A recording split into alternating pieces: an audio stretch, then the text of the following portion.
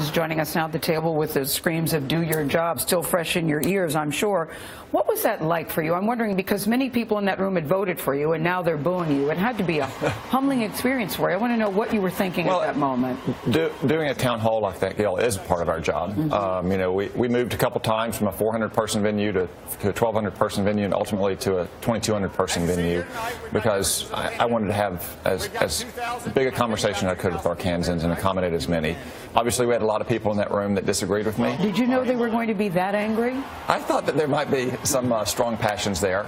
But part of our job is to listen to those people we represent. Look, we can never agree with them all. I serve 3 million people. So what was your takeaway after that?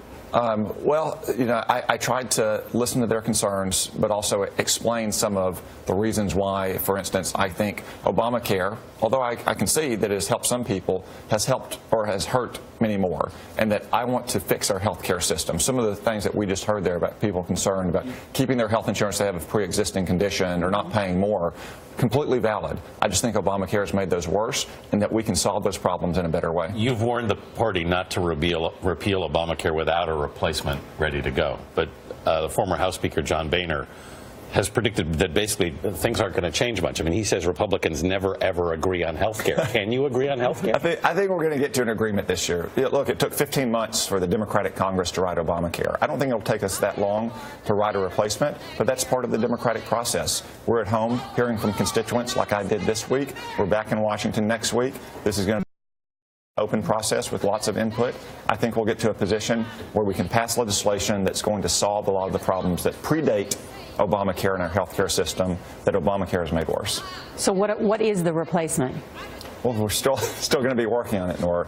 As you know, there are lots of ideas and concepts out there. For instance, I think that we should move from subsidies that the government pays directly to insurers to tax credits that empower individual Arkansans to make the right choices for themselves. We should eliminate a lot of the mandates that require people to buy health insurance that they don't need. You know, for instance, people. Would you support, though, the covering of pre-existing conditions, which is part of Obamacare, as you know? They wanted to cover all these pre-existing and expand the right to mental health. We absolutely want to make sure that people who have pre-existing conditions can get health insurance. Obamacare did that in one way by imposing a mandate that everyone have to buy a certain kind of insurance and then a tax penalty if they don't. I think there's a better way to do that, to require insurance companies to give continuous coverage to anyone as long as they have insurance, to make that insurance personalized and affordable to them, and also provide people who don't have the means to get that insurance a little financial assistance. Let's talk about foreign policy and military affairs, because you've served in the military, and I know you sit on the Armed Services Committee. You helped recommend the new National Security Advisor. You made the call, and then the president picked him. And he'll be directing foreign policy.